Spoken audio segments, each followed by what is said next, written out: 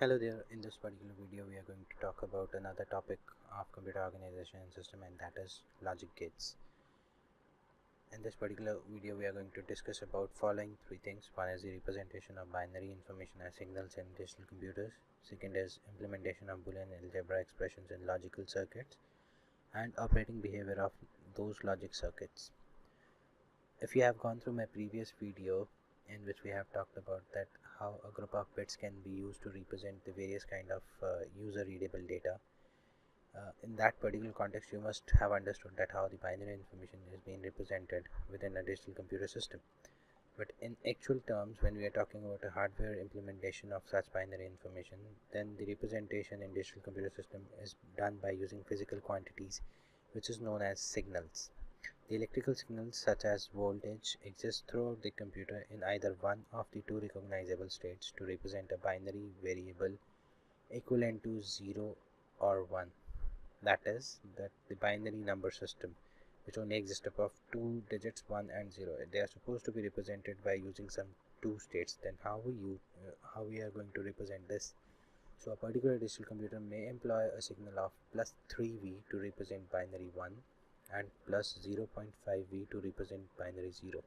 This is the only reason when 1 in binary information is being encountered, it is said as high, and when 0 is encountered, it is said as low.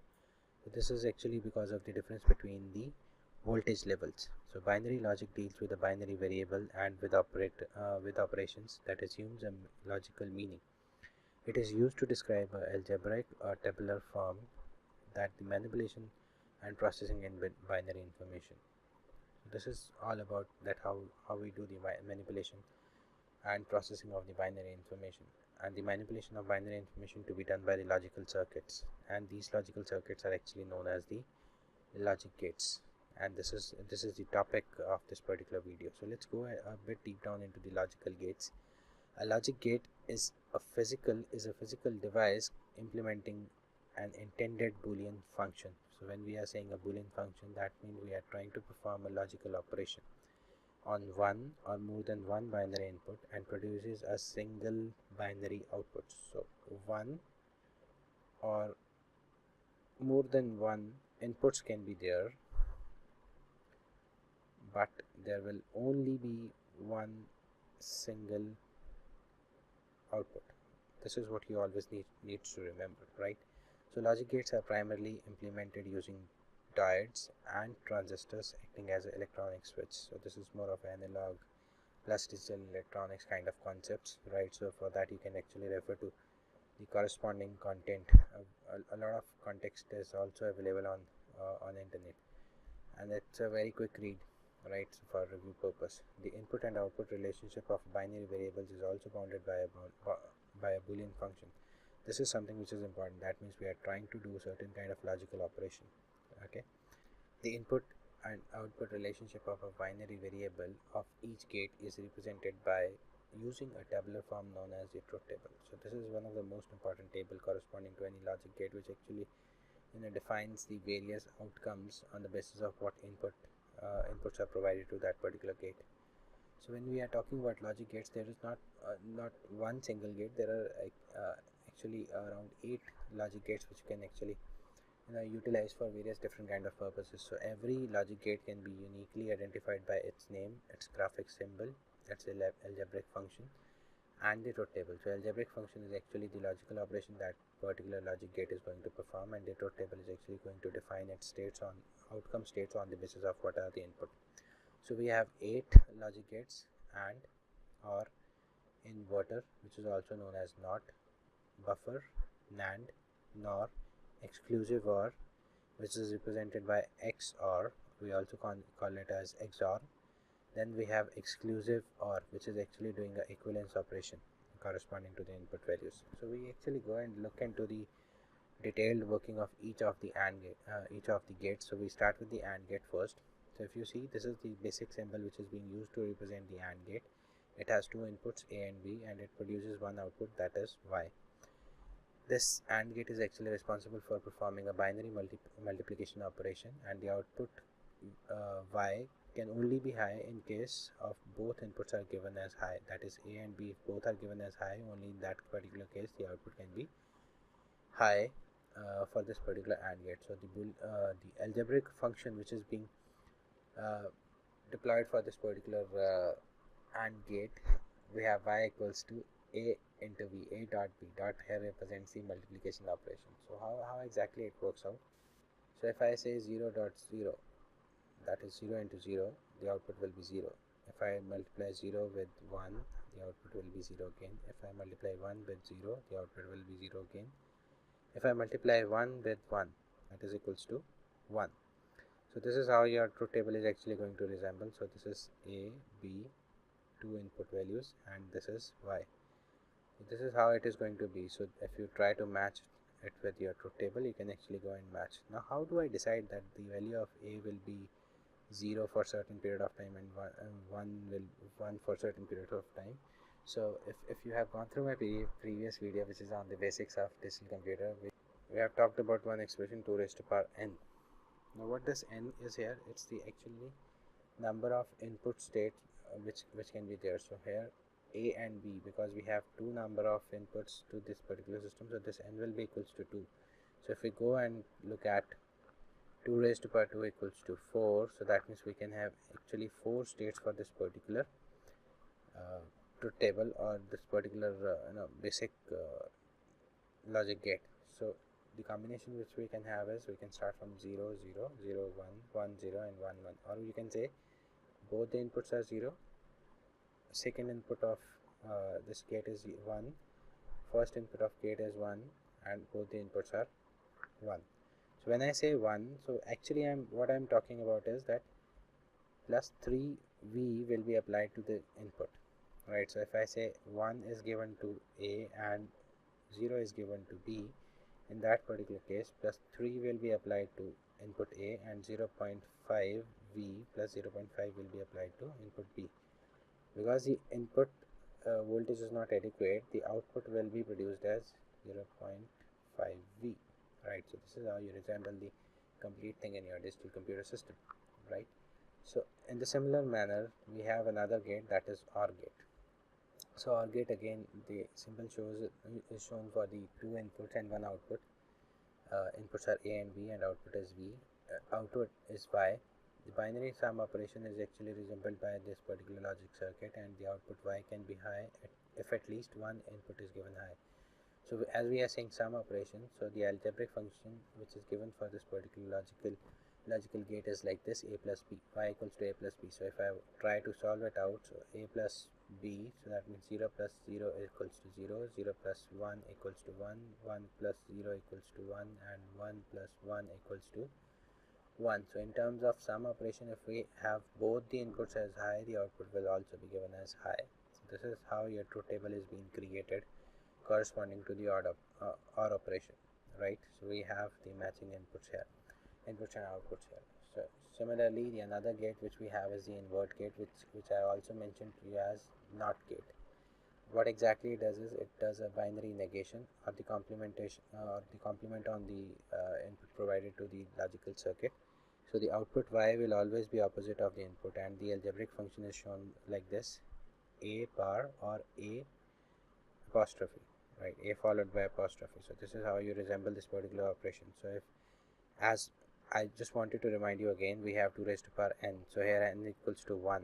So 2 raised to power 1 equals to 2. So two states can be given for this particular input. So A is equals to 0 when it is 0, or you can say a low value, the output will be high, and when the input is high, the output will be low. So this is how this particular invert gate is resembled. The next gate which we have is the buffer gate.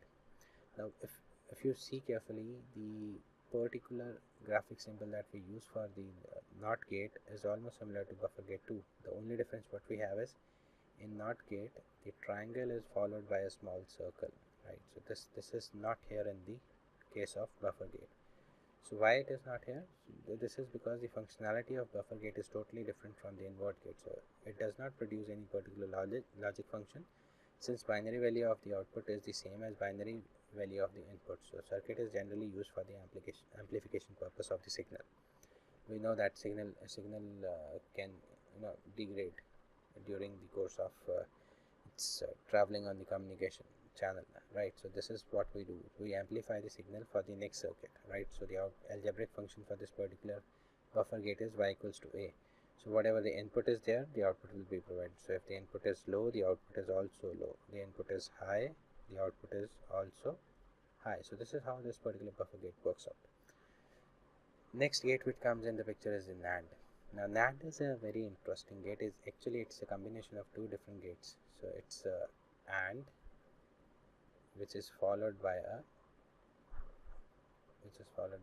NOT gate, right? So output of the AND is actually fed into the NOT input of the NOT gate, and then the final output will be produced, right? So this is what the actual circuit becomes. So it's a added complement circuit over the AND logic operation circuit, right? The output Y can be high if any one or both inputs is low, and is also known as a universal gate. We in a short while we will see that why it is known as the universal gate in terms of designing the logical circuits for various basic gates. So if we go and check with the algebraic function that we get is a into b and complement of the complete thing. So a into b, whatever the outcome is there, the complement will be given to the system. So here if I wanted to solve it as per the expression, so if I give a and b, we have combination 0 0 0 1 1 0 and 1 1. So first I need to solve a into b. So a into b is 0 0 0 and 1. Then if I complement the value of a b, in that particular case 0 will be converted into 1, again 0 will be converted into 1, 0 will be converted into 1, and 1 will be converted into 0. So this is how exactly it works out for us. So if you try to match your particular truth table, you can actually go and match with this. Now let's see that how exactly this particular gate is resembled as the universal gate. So here if I try to produce the functionality of the AND gate by using the NAND gate, we can do that very easily. The only point is that we need to put certain sequence within this particular part. So we have a NAND gate here, right? We put a and b as input to that particular NAND gate, and then we use another NAND gate, and then we fed the output of the first NAND gate to the second NAND gate, and the output is fed into the both inputs. So if we go and try to find out that what will be the output here, so if I see we have this truth table handy here to solve this particular part. So if my value of a and b, that is a and b, both are 0 0 1 1 0 and 1 1. So for first NAND gate, that is NAND 1, the output will be what? The output will be so what I'm putting is a and b separately, because I'm going to feed the value to the next NAND gate too. So if we have 0 and 0 fed to this particular NAND gate, the output will be 1 and 1 for both b. Whereas if I fed 0 and 1, 0 and 1, again where I'm going to feed 1 and 1. Then if I fed 0 and 1, in that particular case the output will be 1 for both the inputs of the next NAND gate. And if I have fed 1 and 1, the output will be 0 and 0 for next NAND gate. So if a and b, so we have NAND 2. So if I fed 1 and 1, so if you see 1 and 1 when we fed, it is going to give me 0 value. If I go and feed 1 and 1 again, it is again 0, same again. And if I feed 0 and 0, it is going to give me value 1 in this particular case. So if I try to match it with my particular AND gate, what is going to give me is 0 0 0 1 0 0 0 1. So this NAND is actually going to produce me the similar functionality of AND gate, simple AND gate. So that's why we call it a universal gate. In fact, if you want, you can do it for the OR gate too. So for that particular part, what we have to do is we have to use 3 NAND gates now, number 1, number 2,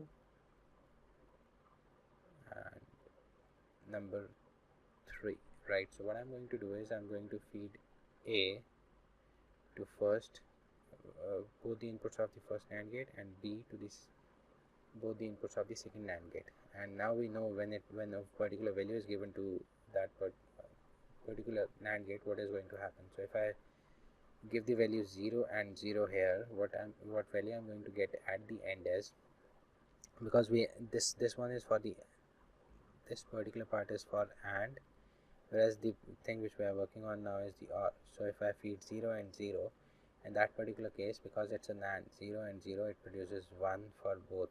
When I feed 1 and 1, it is going to produce me 0, right? Similarly, if I produce a value 0 and 1, right? A is 0 and B is 1. In that particular case, so let me write A plus B equals to some value y. So when I give 0 plus 0, it is going to give me 0. When I give 0 plus 1, it must give me 1, right? So I need this particular one. So if I give 0, the value which I'm going to get is 1 here, right? If I feed 1, the value which I'm going to get here is 0, right? So when I feed 1 and 0 to the NAND gate, 1 as first input and 1 as first input and 0 as second input, what value I'm going to get is, that is 1 here. Now the change is happening, so this particular state has been achieved. So if I go for the another state of checking the OR gate, so 1 and 0, if I try to do that, in that particular case, what is going to happen is the opposite of the signal is done. So I put 1 for A and 0 for B. So I know that when I'm putting 1 for A and 0 for B, in that case, if I'm giving 1 as input to both the inputs of NAND gate, it is going to produce me 0, whereas if I give 0 to both the inputs, it is going to give me output 1. So when I take 0 and 1, 0 and 1 as input to a NAND gate, it is going to produce me 1. So here again the value is matched. Now the last part which I need to check is 1 plus 1 for the OR gate operation, right? So here if I go and check with the value for B is 1. So when 1 and 1 is given, it is going 1 to this particular gate and 1 to this particular gate, both inputs of this particular gate. We are going to get 0 and 0. When 0 and 0 is fed into the NAND gate, it is going to give me 1. So all the values of the OR operation are being satisfied by means of this particular circuit. So this is how the OR can be achieved. And the NOT part is a very easy one. So what I do is I use a simple NAND gate and I feed the input A single, because NOT has a single input. So when I feed 0, because both the inputs are given as 0, the output will be 1. When I feed 1, both the inputs are given as high, the output will be 0. So that means NOT is also satisfied here. So all the 4 different operations, the basic operations, are being satisfied with this NAND gate. So that's why we call it a universal gate in terms of representing the basic operation. In fact, it can also define the further operations too. So this is how we actually go and try to recognize the value of this particular NAND gate in terms of defining various operations. Now why do we use this particular gate for defining all such circuits? It reduces the complexity of our logical circuit, right? Because when we are using the heterogeneity within our logical circuit, it increases the complexity in comparison to number of gates. So even though I am using more number of gates, but the same number of same set of gates are used, and I can create any number of combinations corresponding to that. So this is how the complexity can be decreased in terms of using these universal gates, right? That is, one is the NAND, and the another interesting one is the NOR.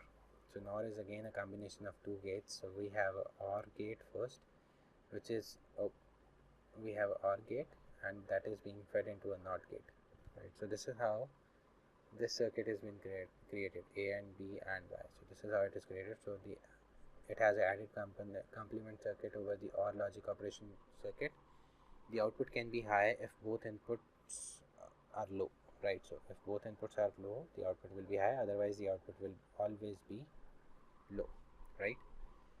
So and also it is known as a universal gate. We may also check one of the example for that, and the algebraic operation is given as like this. So we have a plus b, that means OR operation is given on that, and the negation is done on over it.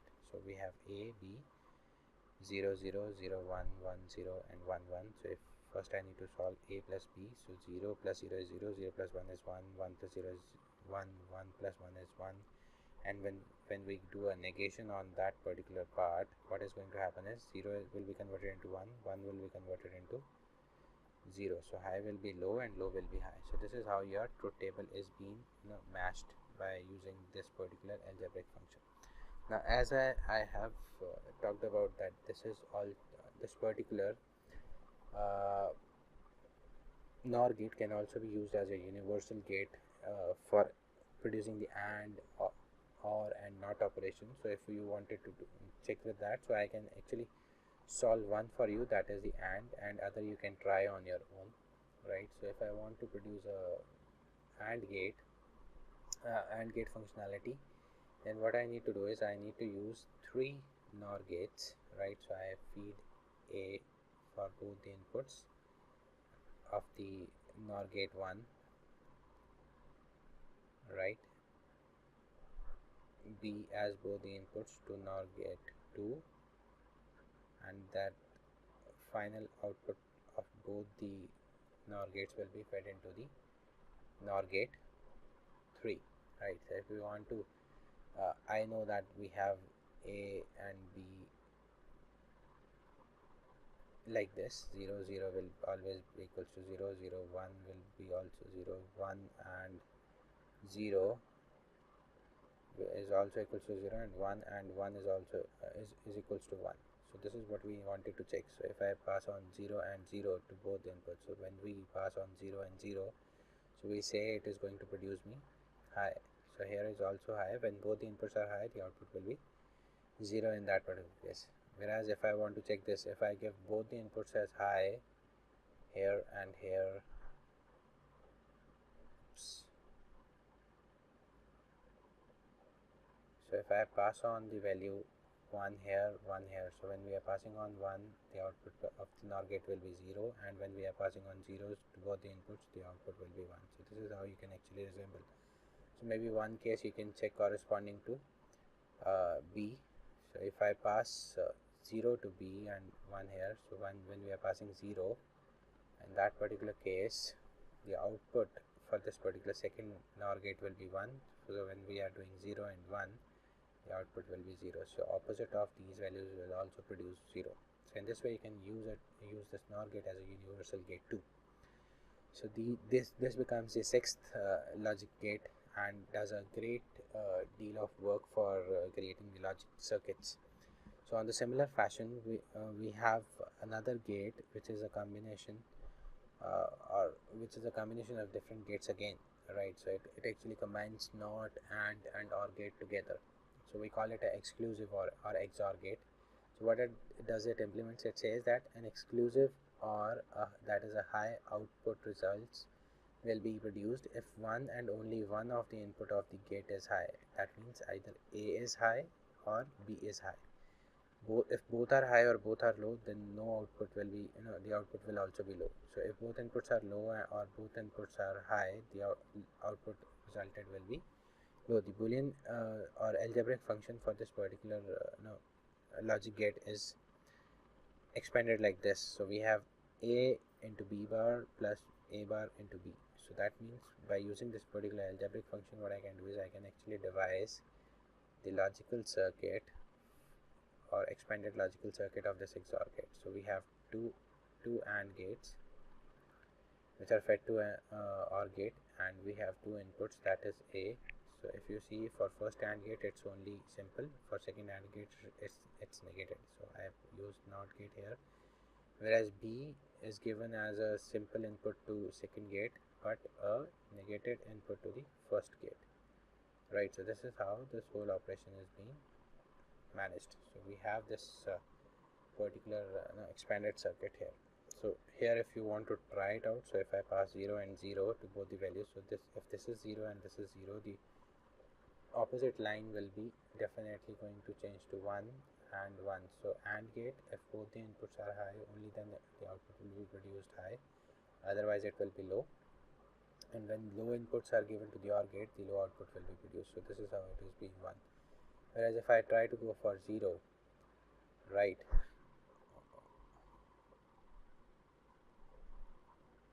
so if I try to do it for the opposite one, that is when I pass value of B as high.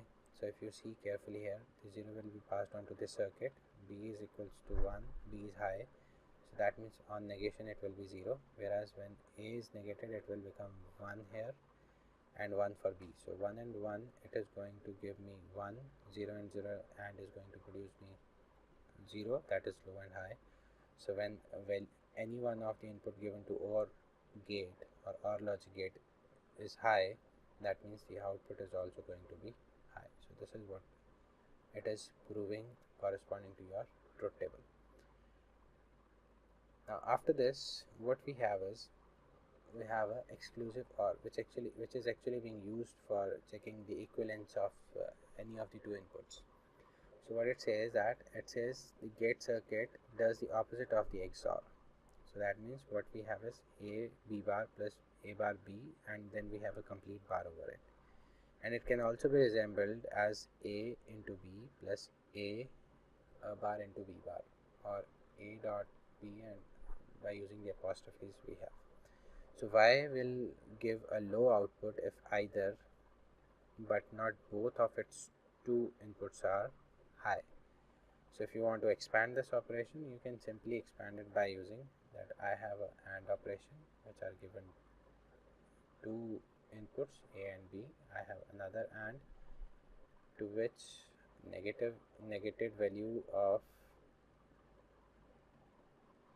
both the inputs are given, and then they are being given OR. So this is how the output is being produced. So if you pass 0 and 0 here, in that particular case, what is going to happen is for this particular number 1 AND gate, it is going to produce me 0, whereas for number 2 AND gate, it is going to produce me 1, and because when we do high and low OR operation, then it is going to produce me what? High. So this is what you do. Whereas if I change it from 0 to 1, at least one input has changed. So when I pass 0 and 1 to this, so again for this particular part it becomes 1 and it becomes 0. So output for both the AND gates will be 0. When low and low is being added, the output of the OR gate will be also be low. So this is how you prove your algebraic function based truth table for this exclusive NOR. So finally, we are done with our 8 different logic gates. So let's summarize our video lecture. So a signal of plus 3V or 3 volt is used to represent one digit of binary, which is representing the high, whereas plus 0.5V is used to represent the 0, which is named as low. The manipulation of binary information to be done by logical circuits are called the logic gates. There are 8 logic gates which we have: AND, OR, inverter, buffer, NOR, NAND, exclusive OR, exclusive NOR. NOR and NAND are both the universal logic gates which can be used to create or simulate the AND, OR and invert gates as well. NOR and NAND gates, we have mentioned that it's a universal gate and can be used, and it is being used to reduce the complexity of the circuit. This is how the whole complete logic gate functionality is being taken care of within your digital computer system. I hope this video lecture had made some clarity about that how these small building blocks of a digital computer works out. So for any comments, you can give your suggestions or your feedbacks in the comment section below. Thank you very much for watching, and keep tuned for the next video.